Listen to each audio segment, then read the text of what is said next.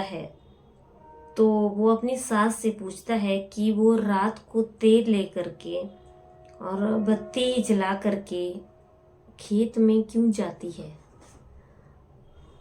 अब दोस्तों दामाद की सास जो है वो रात को तेल की बोतल लेकर के खेत में क्यों जाती थी, आपको ये सारी बातें इस वीडियो में पता चलेंगी। तो आप पूरा वीडियो देखना, तभी आपको पता चलेगा कि आखिर ये कहानी है क्या। राधे राधे, आदाब, सत श्री अकाल, नमस्कार। आप सब लोगों का मेरे यूट्यूब चैनल में बहुत ज़्यादा हार्दिक अभिनंदन है। आप सब लोग कैसे हो? आई होप आप सब लोग अच्छे होंगे, राजी खुशी से होंगे। हमारे यूट्यूब चैनल का नाम है डेली न्यू क्राइम स्टोरी, जहाँ पे आपको क्राइम की कहानियाँ लगातार सुनने के लिए मिलती हैं, देखने के लिए मिलती हैं। तो दोस्तों आज की कहानी भी कुछ ऐसी है जिसमें आपको पता चलेगा कि आखिर क्या है क्या नहीं है। आज की कहानी जो है वो मैं आप लोगों को सुनाने जा रही हूँ। दोस्तों मैं आप लोगों से उम्मीद करती हूँ कि आप इस कहानी को पूरा सुनेंगे। आज की कहानी जो है जम्मू की है। जम्मू में क्या होता है, एक परिवार होता है। परिवार में दोस्तों पति पत्नी होते हैं और उनकी एक बेटी होती है। अब जो पति हैं वो बिजनेस करते हैं और उनकी बेटी काफ़ी बड़ी हो गई है और 25-26 साल उनकी उम्र हो गई है। तो क्योंकि घर वालों को चिंता सताने लगती है शादी की, तो यहाँ पे भी सेम यही था। शादी की घर वालों को खूब चिंता हो रही थी कि आखिर लड़की की शादी करें तो कहाँ करें। अब क्या होता है कि इस लड़की के लिए जो है वो रिश्तेदारी में बात की जाती है। तो रिश्तेदार बताते हैं कि एक लड़का है जो कि बहुत ही अच्छा है और बिजनेस भी है उसका। तो उसको देखा जाता है, लड़के को लड़की पसंद आती है, लड़की को लड़का पसंद आता है, तो उनकी शादी कर दी जाती है। अब लड़का जो है वो दिल्ली में अपना बिजनेस चलाता है, तो लड़की भी जो है वो क्योंकि लड़के के साथ ही रहेगी। और दोस्तों वो दिन आ जाता है जब इनकी शादी हो जाती है, लड़की खुशी खुशी विदा होती है। अब जो पीछे परिवार में रह जाते हैं तो लड़की के पिता रह जाते हैं, जो भी एक खुद एक बिजनेसमैन है। अब पीछे पिता रह गए हैं तो लड़की जो है वो काफ़ी खुश थी अपने घर में। अब घर पे उसकी माँ और उसके पिताजी हैं। अब पिताजी को एक बीमारी लग जाती है, काफ़ी इलाज करवाया जाता है, लेकिन जो पिताजी हैं वो बीमारी के चलते बच नहीं पाते हैं और उनकी जो है वो मृत्यु हो जाती है। अब पिताजी की जब मृत्यु हो जाती है तो पिताजी भी काफ़ी परेशान, माँ जो है पीछे काफ़ी परेशान हो जाती है कि पिताजी की तो मृत्यु हो गई, अब माँ अकेली रह गई। क्योंकि अभी माँ की उम्र जो थी जो दोस्तों 50-55 के आसपास थी, तो वो माँ जो थी वो काफ़ी अकेली महसूस करती है और बहुत ज़्यादा परेशान रहने लगती है।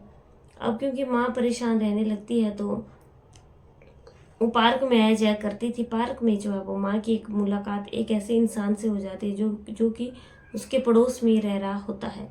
अब उसकी उम्र भी इतनी थी लगभग। अब उसकी पत्नी भी जो है वो गुजर चुकी होती है। अब इन दोनों में धीरे धीरे बातें होने लगती हैं, बातों का सिलसिला आगे बढ़ने लगता है और काफ़ी इन दोनों को आपस में एक दूसरे से लगाव हो जाता है। और लगाव हो जाता है दोस्तों तो ये इन दोनों ने एक दूसरे का फ़ोन नंबर ले लिया और ये कंटिन्यूसली जो है फ़ोन पे बातें करते रहते हैं और एक दूसरे के बिना काफ़ी बेचैन से हो जाते हैं कि अब किया तो जाए, लेकिन क्या किया जाए, अब ऐसा क्या किया जाए जिससे जो है वो ये दोनों एक हो जाएं।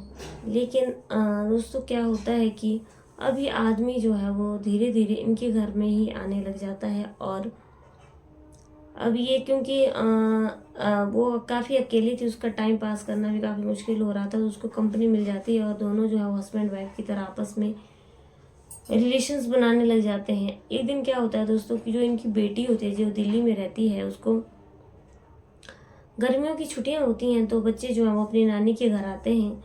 तो गर्मियों की छुट्टी में जो है वो ये अपनी नानी के घर आई हुई होती है, उसकी एक बच्ची हुई होती है। तो क्योंकि बेटी भी अपनी माँ के घर आएगी तो ये अपनी माँ के घर आती है तो काफ़ी खुश होती है और साथ में दामाद जो होता है वो भी साथ में ही आ जाता है। अब ये दोनों दिल्ली से जो है वो जम्मू आ गए। जब ये जम्मू आ जाते हैं तो बहुत ज़्यादा बेटी खुश होती है। लेकिन एक एक दिन क्या होता है कि जिसमें ये पहले दिन खाना खाते हैं तो सो जाते हैं। और अब क्या होता है दोस्तों, ये जो इसकी माँ होती है, माँ को काफ़ी, माँ का नाम शांति देवी होता है, शांति देवी काफ़ी परेशान होने लगती है क्योंकि जो आदमी था उसका नाम जो था वो उसका नाम संत राम था। अब ये जो संत राम होता है, अब ये भी काफ़ी बेचैन होने लगता है कि आखिर कैसे किस तरीके से मिला जाए। तो ये क्या करता है कि एक दिन सब लोग सो चुके होते हैं और ये जो मालकी जो इसकी शांति देवी इसकी माँ होती है, वो हाथ में तेल की बोतल लेकर के अपने रूम से बाहर निकल रही होती है और जो इसका दामाद होता है वो उसको देख लेता है और वो कुछ बोलता नहीं है, लेकिन वो बिल्कुल चली जाती है और वो दामाद जो है वो पीछा करने लग जाता है। अब जब दामाद देखता है कि उसकी सास जो है वो तेल की बोतल लेकर खेत में चली गई है और उसके हाथ में जो है वो टॉर्च भी है, क्योंकि टॉर्च इसलिए थी क्योंकि अंधेरा हो रहा था। अब जब ये मालकिन खेत में दोस्तों पहुंच चुकी होती है तो फिर दामाद जो है वो सोचता है कि पता नहीं खेत में क्या होता है, क्यों जाती है। अब वो रात तो ख़त्म हो जाती है। अब दोस्तों दूसरी रात आती है तो ये जो दामाद होता है ये अपनी सास को शांति देवी को पूछ लेता है कि मैंने आपको रात को बाहर जाते हुए देखा था और हाथ में तेल की भी बोतल थी। तो शांति देवी एक बहाना लगा देती है कि जो खेत है वहाँ पे उसकी जो एक सहेली है वो रात को काम करती है और उसका काम रात को ही होता है, तो उसको तेल चाहिए था तो मैं उसको तेल देने के लिए गई थी। लेकिन ये जो दामाद होता है इसके दिमाग में कुछ बात फिट नहीं बैठती है और उसको लगता है कि इसकी सास जो है वो झूठ बोल रही है, कोई ना कोई कहीं ना कोई गड़बड़ी है। और दूसरे दिन भी दोस्तों क्या होता है कि ये जो शांति देवी होती है ये फिर जा रही होती है और दामाद जो है वो फिर से देखता है कि उसकी सास आज फिर से बाहर जा रही है, लेकिन उसको ये पता नहीं चल पाता कि आखिर चल क्या रहा है। अब दोस्तों क्या होता है कि ये जो सास होती है ये अगले दिन फिर जाती है। अब ये दामाद जो है वो पीछे पीछे फिर से जाने लगता है और ये खेत तक पहुंच जाता है और जब ये खेत तक पहुंचता है तो उस दिन उसकी आंखें फटी के फटी रह जाती हैं। वहाँ पे शांति देवी थी और जो संत राम था वो था और ये वहाँ पे एक अपने आपस में जो है वो बातचीत कर रहे थे और काफ़ी एक दूसरे को इस तरीके से पकड़े हुए थे कि जब दामाद ने उनको देखा तो दामाद जो है उसके पैरों तले जमीन खिसक गई कि इस उम्र में जो है वो इसकी सास ऐसे काम कर रही है। अब ये वहाँ से वापस आ जाता है और आ करके अपनी अगले दिन जो है वो अपनी सास से ऐसे बात करने लगता है और बोलता है कि मैंने आपको खेत में देख लिया, आप एक आदमी के साथ थी, और वो सारी बातें उसको बता देता है। अब शांति देवी जो है वो हक्की बक्की रह जाते हैं, उसके चेहरे का रंग जो उतर जाता है। तो शांति देवी बोलती है कि तुम इस बात को किसी से भी मत बोलना और मैं तुम्हें भी इस चीज़ का ऑफर देती हूँ, तुम्हें मेरे साथ जो कुछ करना हो तुम कर सकते हो। लेकिन दोस्तों शांति देवी जब इस बात को बोलती है तो दामाद जो है वो बोलता है कि आप कितनी घटिया इंसान है और आप मेरी माँ के समान है और आप मुझे क्या बोल रही हैं। लेकिन ये जो दोस्तों ये जो शांति देवी है ये अपने दामाद से कहती है कि मेरे पति जो हैं वो गुजर चुके हैं, लेकिन मुझे टाइम पास करने के लिए कोई ना कोई चाहिए था। मैं घर पे अकेली बोर हो रही थी तो मेरी इनके साथ दोस्ती हो जाती है। अब हम दोनों में धीरे धीरे प्यार हो जाता है तो हम दोनों एक दूसरे के साथ अच्छी तरीके से टाइम पास करने लग जाते हैं। लेकिन दोस्तों अब ये जो दामाद है वो उसको कहता है कि तुमने ये बहुत गलत किया है और तुम्हें अपने धर्म से भ्रष्ट नहीं होना चाहिए। अब क्या होता है दोस्तों, अब ये इसकी सास उसके आगे रिक्वेस्ट करती है कि वो इस बात को किसी को भी ना बताए क्योंकि उसकी बहुत ज़्यादा बदनामी होगी। अब ये जो दामाद है इस बात को किसी को बताता तो नहीं है, लेकिन अगले ही दिन ये जो है वो अपनी पत्नी से कहता है कि उसे कहीं ज़रूरी काम आ गया है और उसको अब दिल्ली चल पड़ना है। तो दोस्तों ये अपनी पत्नी को लेकर अपने बच्चे को लेकर दिल्ली आ जाता है, क्योंकि वो जो इसका दामाद होता है वो अपनी सास से कहता है कि यहाँ का माहौल बहुत ही ख़राब है, अगर मेरी पत्नी ऐसे माहौल में रही तो उसके ऊपर बहुत गलत असर पड़ जाएगा, इसलिए मैं यहाँ से अगले दिन ही चला जाऊँगा। दोस्तों अब ये जो इसका दामाद होता है अपनी पत्नी को लेकर के वहाँ पे दिल्ली रवाना हो जाता है और शांति देवी जो है वो अकेली उस घर में रह जाती है।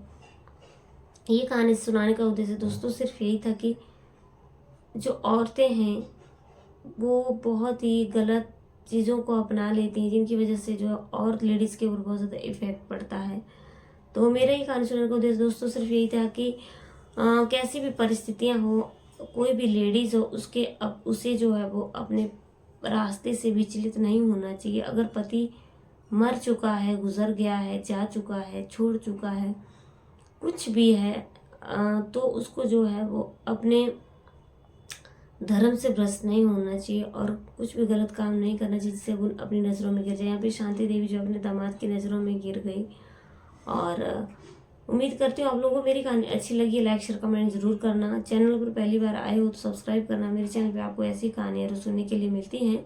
आप लोगों से हाथ जोड़ के गुजारिश है दोस्तों की चैनल जरूर सब्सक्राइब करना। कल की कहानी में आप लोगों से फिर से मिलती हूँ एक नई वीडियो के साथ। उसके लिए जय हिंद, जय भारत।